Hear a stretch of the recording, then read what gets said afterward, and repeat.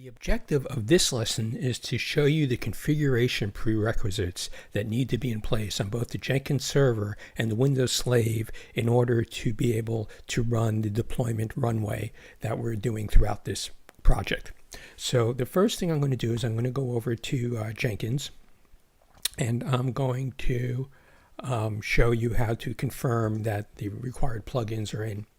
So I go to Jenkins, and then I'll go to Manage Jenkins, and then I'll go to Manage Plugins, and then I'll go to Install, and I want to make sure that MS Build is there, and you can see MS Build is there, and I want to make sure that my Ranorex plugin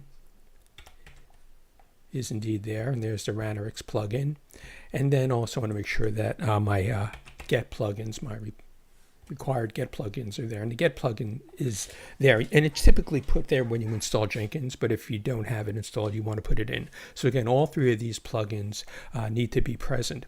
The other thing that's important with regard to the MS Build plugin is that we need to make sure that the MS Build plugin is set to the slave location where MS Build is running.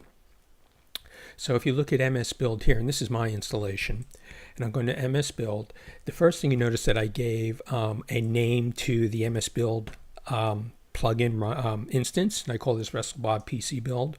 And the other thing I did was I pointed it to the location of MS Build on the slave machine.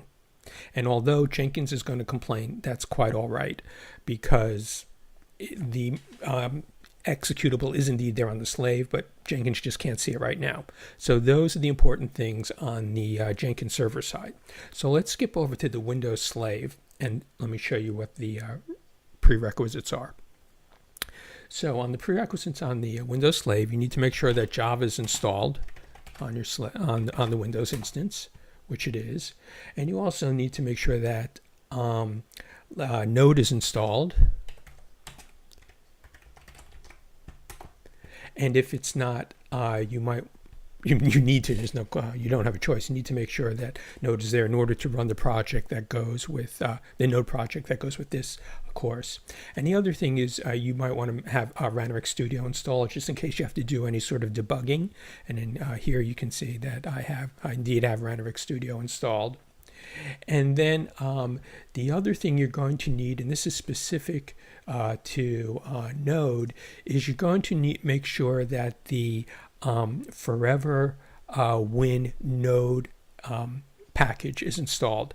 And the way you can do that, if you don't have it, is you can go to do a search for npm Forever Win, and that'll take you to the Node Package Manager repository, and you can see that Forever Win is here. And the reason we need it is that when the Jenkins build starts running on the Windows slave, it's going to want to be able to start the Node server in the background, and the Forever Win will start the Node server in the background. So that's what you need in terms of prerequisites to get the environment to run.